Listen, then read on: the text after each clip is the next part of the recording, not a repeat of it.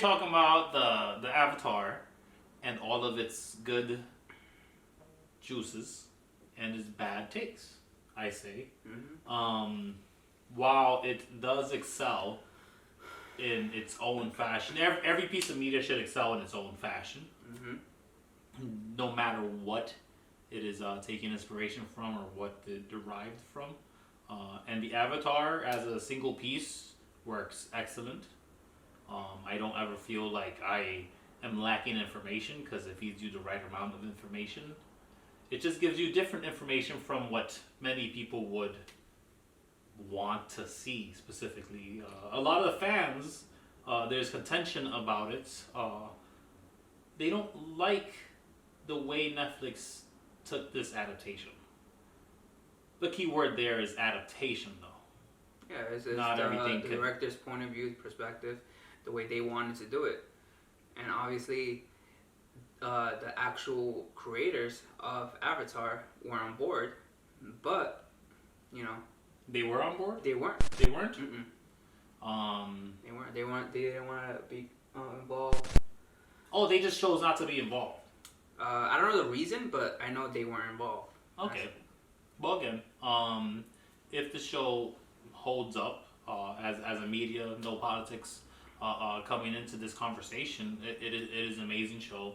I like that they... And here's the thing, when it comes to special graphics, like computer graphics, if you are aware of what you're doing, and if it's a campy thing, yeah, it can work, but if you treat something with respect, and it has some camp, that can work as well. I feel Avatar falls into that latter factor, where it does respect the show, the Avatar, its original, but it had to take many liberties, and with the CGI, it definitely did what it could, and yeah. I was never upset with it. Even the uncanny points, I was like, you know what? They don't fill it with that. I don't see the weird body going around where I'm like, I know that's not a person. That's not a person right there. But also, I just feel like, just to nitpick what you said, I feel like a lot of people obviously everybody have their own opinions, but it's so easy to just nitpick some graphics that it takes time and hours upon hours to just do something so small to get criticized for not being the show, the cartoon version of it, which it gets upsetting because the hours they put into doing that. Like, let's say the first scene of the episode, the when the Earthbender was running, that was such good.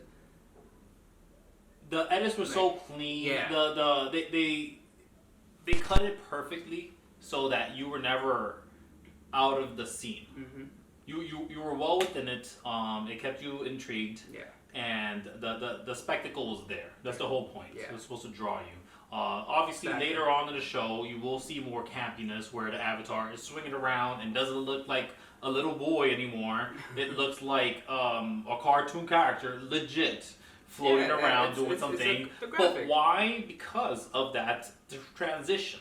And you have enough actual bodies in the appropriate scenes that when you see those scenes, they're always far enough away. It's like grand scale scenes, and they did it perfectly too. I love the way they do it because that's their jobs. They're getting paid for that. That's big money. Big studio, big production. Big budget does not always mean good, clean product. Sure, but when you care about something and you look at it shows. When you look, you see your work after the fact, when you edit and then re-edit and double check it, then yeah, you could get away with some of the weirdness that occurs when it comes to computer graphics. If I was to make myself a computer graphic entity right now, I would look completely different than this guy right now. But as clean as the best computer graphic machine can make it, there's going to be a tell always. Yeah. And it's just finding that balance. And Avatar did it, I think. I think so too. Just on the money. Many episodes were very lacking that uncanny feeling Like even the creatures, I felt like they had to have made robotics to some degree because the birds, they looked fucking phenomenal. Oh yeah. Though they were so that's the thing, when not noticing something is almost like a blissful thing in a movie. In whatever media or show that you're watching, if you're paying attention to it, then it's probably not a good thing because there's always a focus in whatever you're making. Like between you and I, the focus is you and I, just having this conversation, no question mark, no other. If we wanted to throw an Easter egg, the Easter egg would be like here. Yes, and that is what movies do oftentimes. There's Easter eggs all day long. Like you could tell from the little creatures that you see running around. Like, oh shit! I saw the squirrel. I saw the squirrel thing that is also another animal, but I don't know what other animal it is. It looks weird. But the birds themselves, they're innocuous. They're elegant, and they're there. But they were never part of the focus of the scene. But you're drawn to the majesty, the beauty of the feathers. I was like, man, the computer graphics on that alone, I was just like, especially Momo. Hey. Especially having to that's pure graphic. That's not even You can't have a little lemur running around. Yeah, exactly. Yeah. Momo at first was jarring to me. Appa was jarring to me.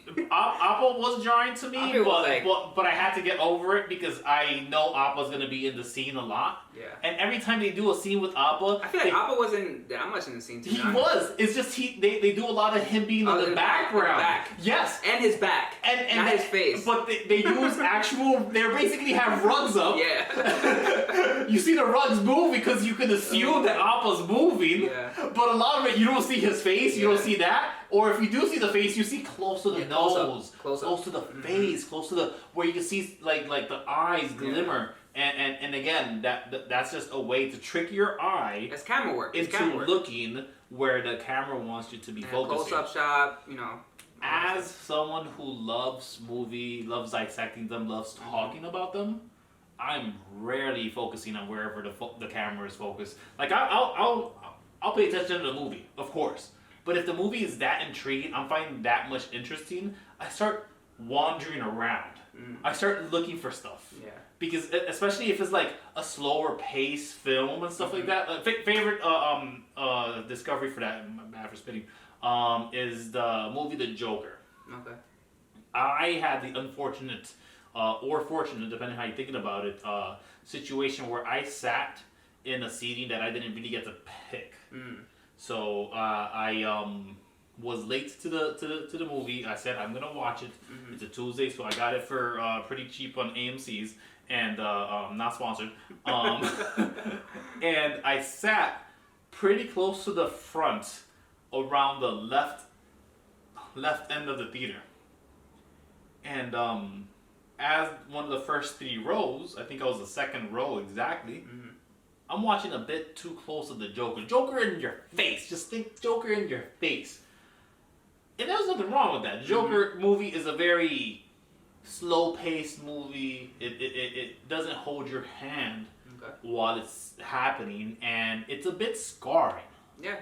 That movie is a scarring movie. That is not for little boys or little girls. But if you watch the movie and if you're mature enough to handle it, then it's great film. When I was sitting in the very front, on the left corner, anyone who already knows what I'm talking about is going to recognize that after the scene in the subway, when he shoots the guys and runs up the stairs, that scene when he's running up the stairs, I was watching that, but the most notable point, because right next to my face was this giant rat silhouette running over. Now that wasn't in the main movie. They don't care if people watch that. But I spotted that, and I had to say something to the whole fucking theater. I was like, is that a fucking rat? Oh my god. So it's just like those little things that they put but they don't put, and they capture, they don't capture. Dude. And yeah, I get it. That somber film, that movie, that theater was laughing. Oh my god. That scene is not a laughing scene. But I had to blow it. I was like, yo, I see a huge ass rat. I'm like, I'm in New York. Everyone will know what I'm talking about. The moment I pointed that shit out, man. I was like, yeah, uproarious. I'll tell you right now. But the camera work is very important. Now that you say camera work, I'm more intuitive when I see movies, because now that I'm like working in news and all this stuff, I'm like noticing things that directors do, like close-ups, wide shots, top view, low view, and every time I watch a movie, I like, oh babe, that's that, and she gets so annoyed at me. So you're telling her which is the high shots right there? It's like, and this one's a Dutch angle. That's why the Dutch angle, babe. That's why they do this. You know why they do this? I'm always on that, and then it's funny that you say that. And going back to Avatar, I feel like that's their shots. They pick those shots purposely. And they did it well. They did it well. The only two gripes I had were the ones that you guys are gonna see me about and not Joella. But there are bits and pieces again that mess with the lore. I can get over that again real quickly, because you gotta take each piece of media as its own standing. And especially 8 episodes, 20-some episodes in the cartoon version. You have to condense all that stuff into that, and that's why a lot of people feel like they didn't do it justice. But we have to understand, they had to condense everything. You know? I like how they're actually setting up for the next seasons from the first season. Mm-hmm.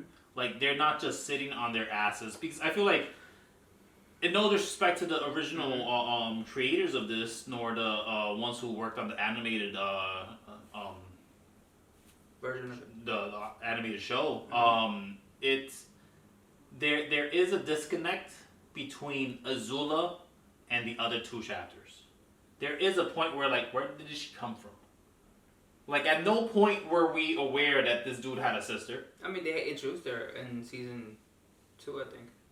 Yeah, but that was after the fact. Yeah, because the main focus was Avatar and Zuko, their relationship, and why Zuko was. So you didn't feel that Azula came out of nowhere? No, not necessarily. I felt like she came out of left field 100%. And you think they did it different in I like the way they meshed her in there, yes.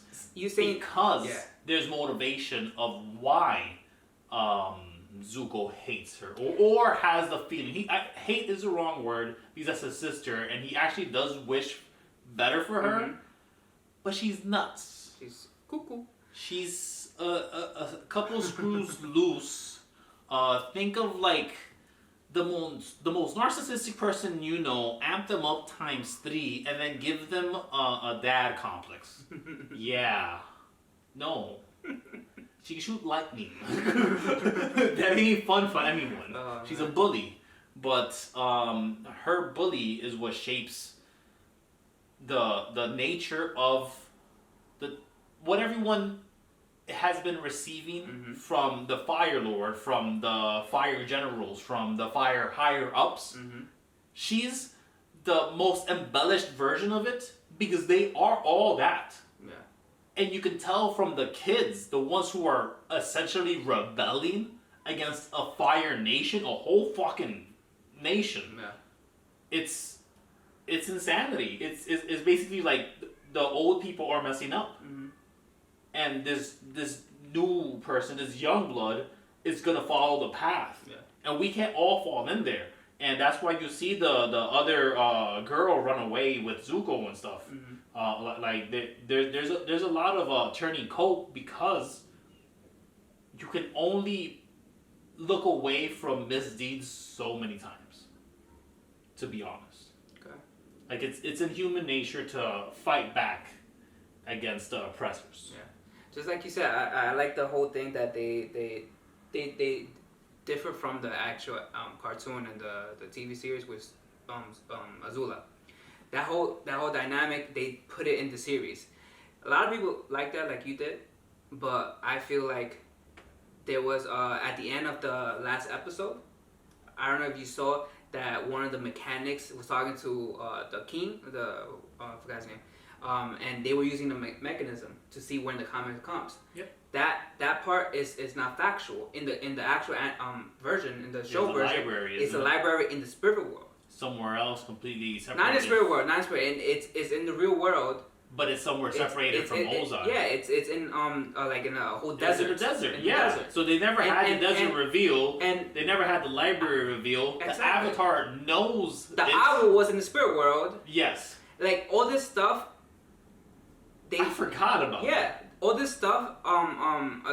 They chose to bring from different from the later shows, from the later seasons. They picked that and they put it in the first couple. Which works because we already see the comet from the beginning. Because if you watch the original cartoon, there's no real mention about the comet. No, yeah, you're right. There's almost nothing about the comet. You're right, 100%. And then you learn from that said machine that is in a desert place that is drowning everybody, and they have to escape it anyways. Yeah. So effectively, no one else would know about it. Yeah. The only people that do recognize it is Fire Lord Ozai and his people because they've been researching it on their own. Yeah. Not with a mechanism. They found out. They already knew it was. They just they like knew They knew last 100 years it came around and they made an assumption. And they also knew about the what's it called? The solar eclipse. They knew about it. Did they know that in the show? I don't know. Did they? No, yes. Okay. So that's the connection. I think Zhao was the connection piece that to the celestial stars, the celestial realm, essentially, the stars above. So I think he's the one who brought the information to Fire Lord Ozai, and then Ozai had told him, all right, listen, go to the north, take care of that, and then when the comet comes around, hopefully there's no waterbenders anyways, and we can take care of everything even faster. Yeah, probably. But the contingency of the comet is a good place to put your eggs in that basket, especially when you just have your general do the Hail Mary of literally knocking out waterbending. Yeah. That sounds epic. From the standpoint but the thing is, and the most canonical thing that everyone should remember is no one knew Zhao was going to kill the moon spirit. He knew. Only he did. Yeah. The moment Iroh found out, he got pissed off. Yeah. He was like, "Oh, you're doing what? Nah, boom, boom, boom, boom, boom," and they do that firebend. And that's one of my other gripes that I have about this show. There's not a lot of like. I want to see more of the people's action before some fire or flame effect happens. Like Zuko, okay, he's completely talented. If we're looking at power level, he's probably level, let's call them 70 out of 100 when you could call Fire Lord Ozai level 100, right? 70 is huge power level compared to a lot of like the regular firebender, by the way. A 70 is also surpassing most waterbenders that would fight against a firebender. Water should beat fire. Yeah. But Zuko is more trained than most all waterbenders. If it wasn't for that water thing that Katara got, she would not be able to defeat Zuko, I say. Hot take. But also the I gotta talk about that too. The will and you know that effort that you put when you're in Team Avatar. I feel like that's also just being in Team Avatar, you get a bonus buff. I don't know about that. You get a static buff. I just feel like 8 episodes comes with good and bad things. Many good and bad things. One bad thing that I don't like is how Katara out of nowhere, she became so. We never got. She went from 20 to like 50. Yeah, we never got her training montage. Which got me upset, but I understand why. But yeah. They heavily fast-tracked the North. Yeah, they had to. They did it so fast. They skipped so many things. Here's the thing, and this is why I love D&D. D&D says not so much about a lot. Yeah. So we assume that, let's say my character goes to the bathroom before he goes to bed, brushes his teeth, takes care of himself, gets in a nightgown, all that stuff. I'm not going to tell that to my DM. So I feel like the writers expect us to assume that a certain amount of time happened while they were there, but it does not make sense from the timeline versus the fight with the master, with the actual war. Especially the fight with Zuko. It is too fucking close. They're right next to each other when they should have been at least a week apart, at least 2 weeks apart. And I feel like no one's talking about this. This is funny. Sorry for interrupting. Katara became a master out of nowhere, and she got her first student, and her student died in the episode. They then killed off Katara's first student. Her first student. Dirty. That's hilarious, Dirty. right?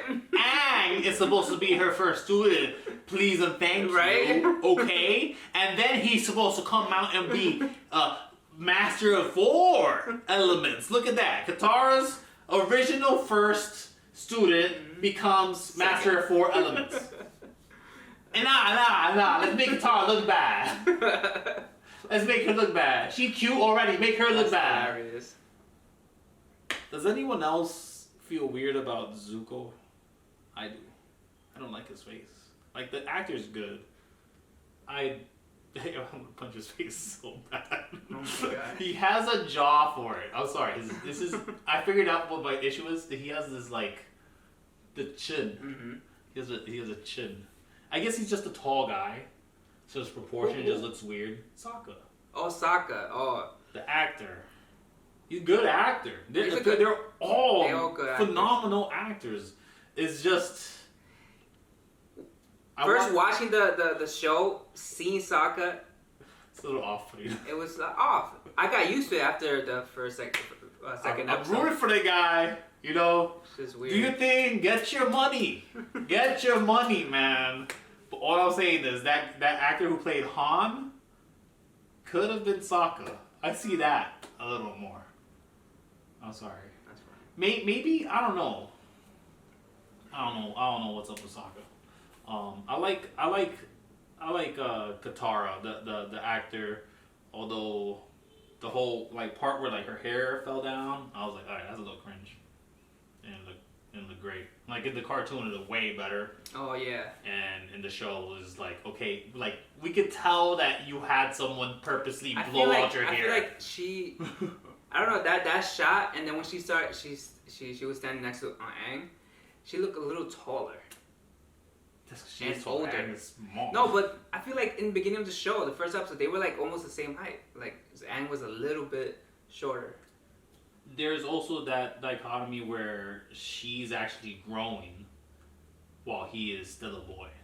Or I just feel like they fucked up and they you think they didn't put him in the stools? Yeah. That's why I like that one better. I like that one better. We weren't thinking meta. We was thinking, we forgot. Yeah, my... How about, you said you wanted to start something? Yeah, my big thing, right, I loved it when Aang himself, I think it was with the Kyoshi episode, episode 2 or 3. He's specifically playing around with some kids, and he jumps on the fabled and most famous scene of the Avatar is him to literally jump on an air ball and spin and basically travel with it. They did that so perfect. I love how they put that in the show. They did it in the show. That's the intro for the yes, that's the intro for the cartoon version. But it is actually happening in the show, and I'm so glad they put that scene. I love the way they made it look. It was clean. Yeah. It looked less campy than most points, but even when it's supposed, like, come on, there's got to be camp on some kind of ball and oar keeping you from the ground, and you get to swim around. The kids are following. Yeah. It was so good. It was so clean the way they did that. They did a lot of that. The bending clean.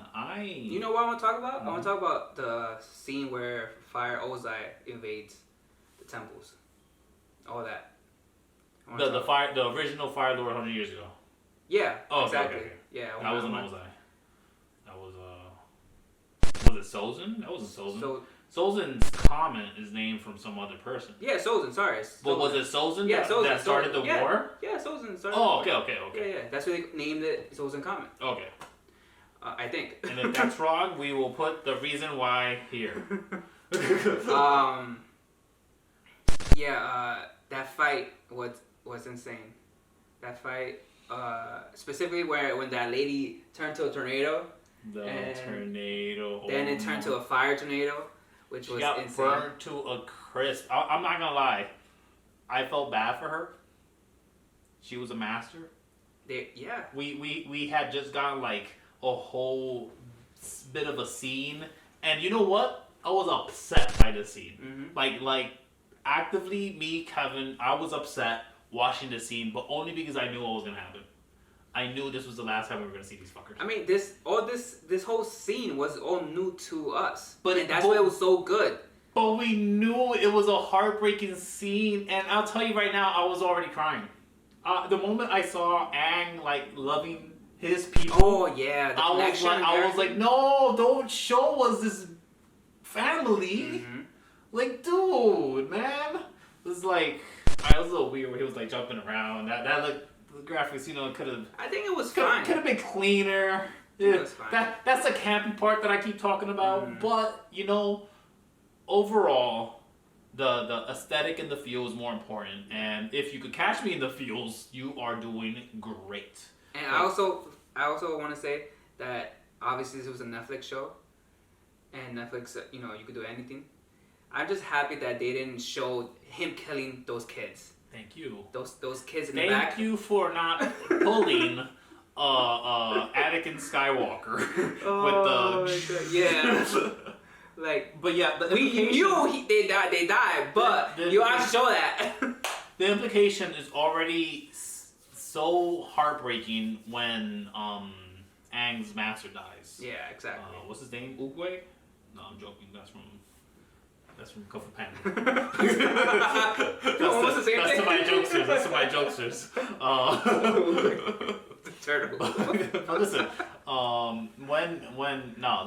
that scene, and it isn't drawn out at all in the Netflix show, and that's where it does fall into that pit where like we need to get to where we need to get Team Avatar. We need to move on. We need to move on. So there's no taking the sights, traveling, going to town, seeing the monster of the week, because Avatar was a monster of the week kind of show. It was like, what's the problem that we have to solve today? What's the problem that we have to solve now? What's the problem here? Oh, this town's being bombed. Let's save the dam from being destroyed so it doesn't wipe out a whole forest.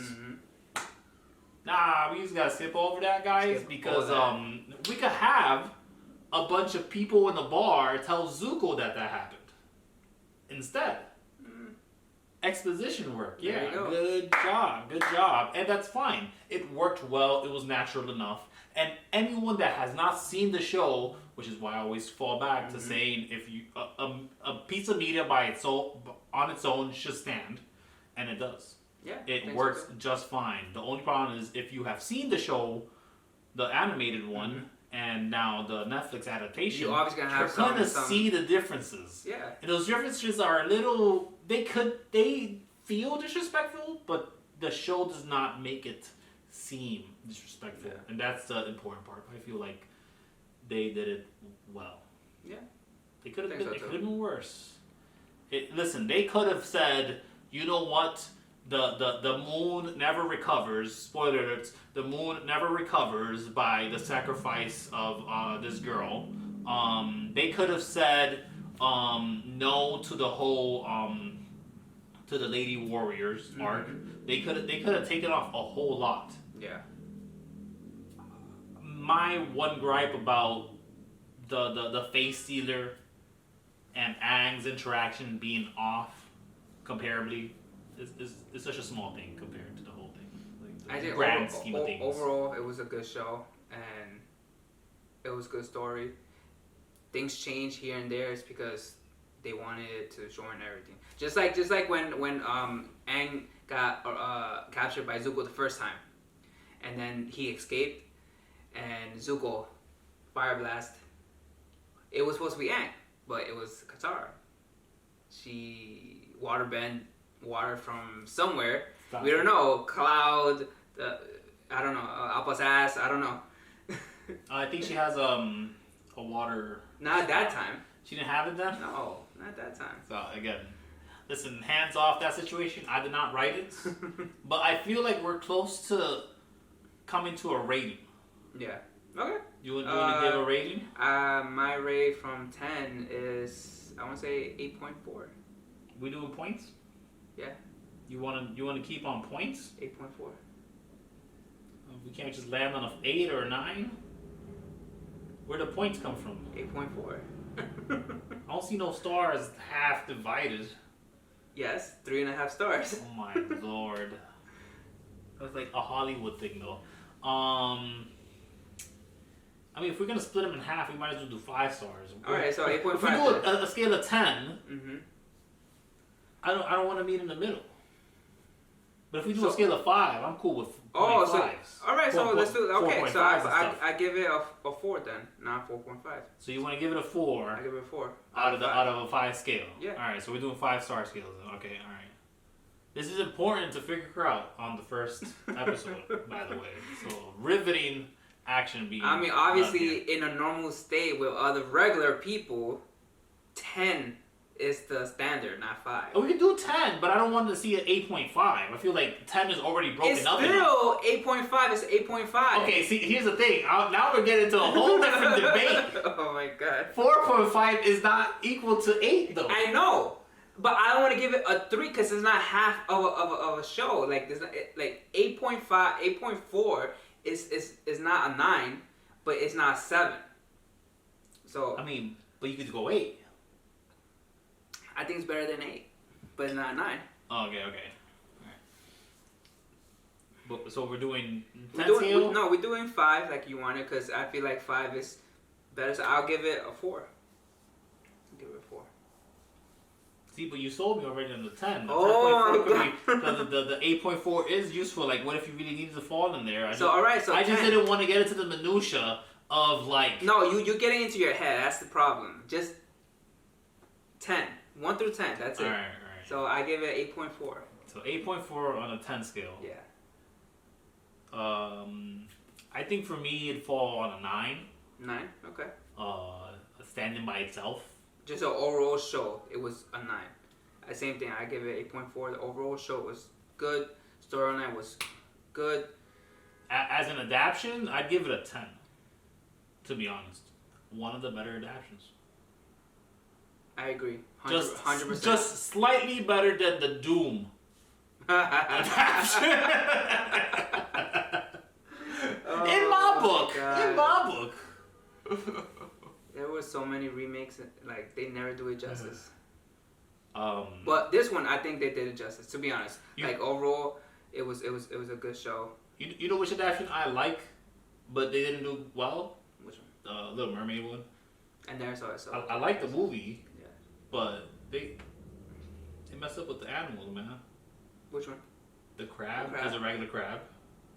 Isn't it supposed to be a regular crab? Did you see Sebastian? He ain't look like no regular crab. No crab. Ain't no regular crab look like that. I tell you right now. Like you guys could have messed around with that a little more. Disney. Alright, we're going to something different now. So, yeah. alright. Overall, 9, 8.4. Solid movie. Solid series. I can't wait. Can't wait for the next.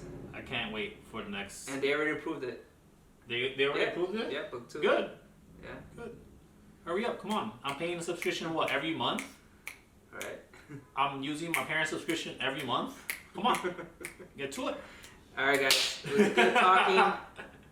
Until next time. Peace.